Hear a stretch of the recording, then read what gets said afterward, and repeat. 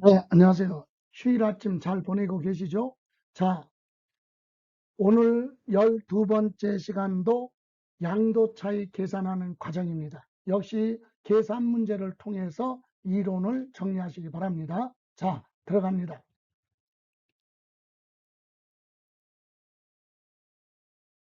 23번 소득세법상 거주자 갑이 2022년 5월 2일 날 취득하여 등기를 하고 2024년 3월 20일 양도한 건물이다. 갑의 양도소득세 부담을 최소화하기 위한 양도차익. 여러분, 양도소득세 계산하라 그래놓고 조건이 최소화하기 위한 양도차익 그랬죠. 이 얘기는 양도차익을 최소화시키는 특례규정 적용하라 이 얘기예요. 무슨 말이냐? 이거는 취득 당시 가격을 환산 취득 가격으로 하는 경우에는 환산 취득 가격에다가 필요 경비 계산 공제 합친 그 금액하고 실제로 발생한 비용, 자본적 지출이나 실제로 들어간 양도 비용이 합계가 더 금액 비교해서 크면 둘 중에 또 높은 금액을 필요 경비로 결정을 해서 양도 차익 부담을 줄여주겠다라고 하는 특례. 그래서 최소화하기 위한 양도 차익하면 환산 취득 가격을 할 때 특례 규정을 적용하라 이 얘기인데 이것도 한번 점검해 보죠. 박스에 취득과 양도 당시 실거래 가격이 확인되지 않는다.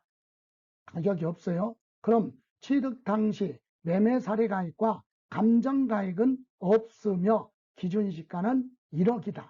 그럼 양도 당시 매매 사례가액은 3억이에요. 그럼 양도 당시 실거래 가격 없으니까 매매 사례가액 없으면 감정가격으로 가야 되는데 매매 사례가액이 있으니까 양도 가격은 3억으로 하면 돼요.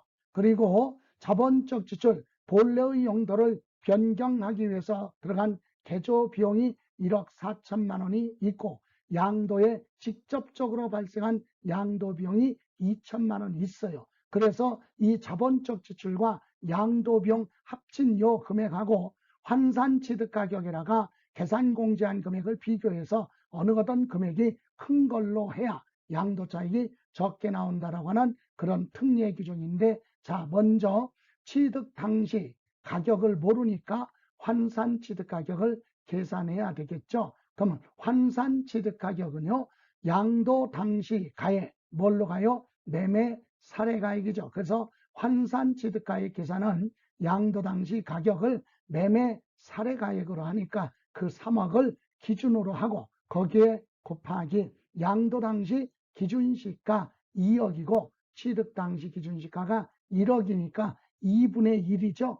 이렇게 해서 환산 취득 가격은 1억 5천만 원이 된다라고 하는 내용이고요. 그럼 이제 환산 취득 가격 계산했으니까 필요 경비 계산 공제로 갈까요? 필요 경비 계산 공제는 취득 당시 기준시가 1억이잖아요. 1억에 곱하기 등기됐으니까 3% 곱하면 필요 경비 계산 공제는 300만 원이 됩니다.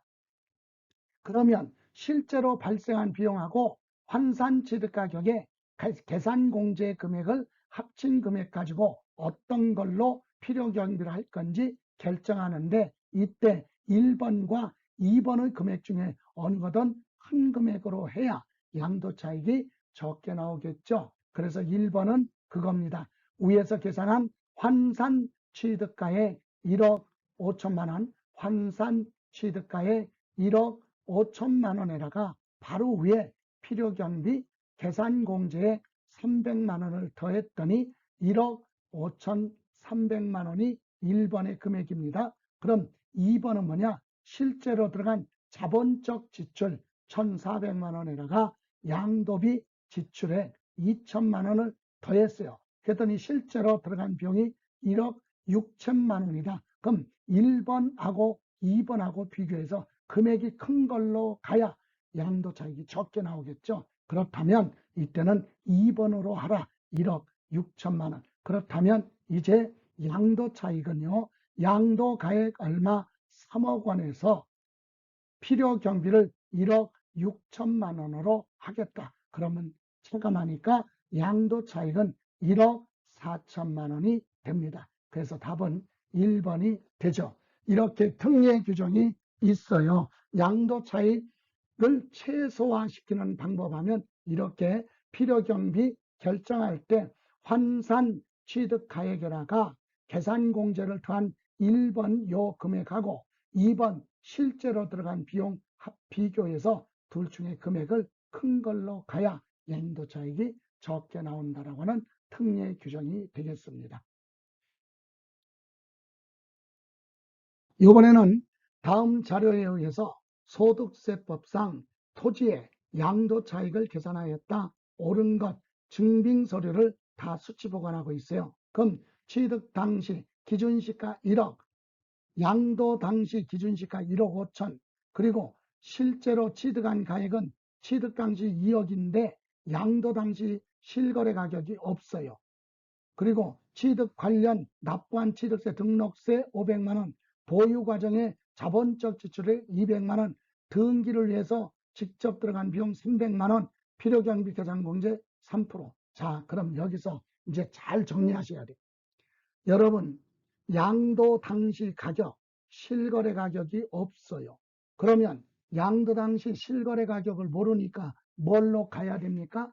매매 사례가액 가야 되는데 매매 사례가액이 주어지지 않았어요. 그러면 감정가액으로 가야 됩니다. 근데 감정평가 금액도 없어. 그러면 양도가액을 결정할 수 있는 금액이 하나도 없잖아요. 할 수 없이 뭘로 가? 기준시가. 그럼 양도가액을 기준시가로 한다면 실거래 가격이 취득 당시 가격이 있어도 양도가액 따라서 기준시가로 간다. 그래서 이 문제는 기준시가로 가야 돼요. 그래서 양도차익 계산은 양도 당시 가격 모르니까 기준시가 얼마 1억 5천만 원에다가 취득할 때 당시 기준시가 1억, 거기에 취득 당시 기준시가에 계산공제 3% 곱해서 300만 원을 1억 300만 원을 1억 5천만 원에서 체감하니까 양도 차익은 4,700만 원이 됩니다.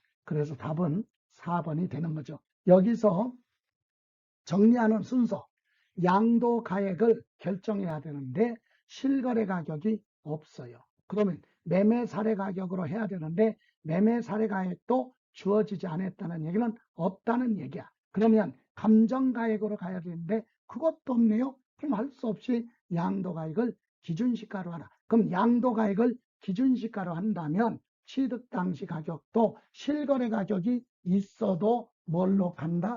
기준시가로 갈 수밖에 없다라고 하는 내용입니다. 이해가세요? 자, 이렇게 해서 여러 가지 유형으로 한번 계산을 해봤습니다.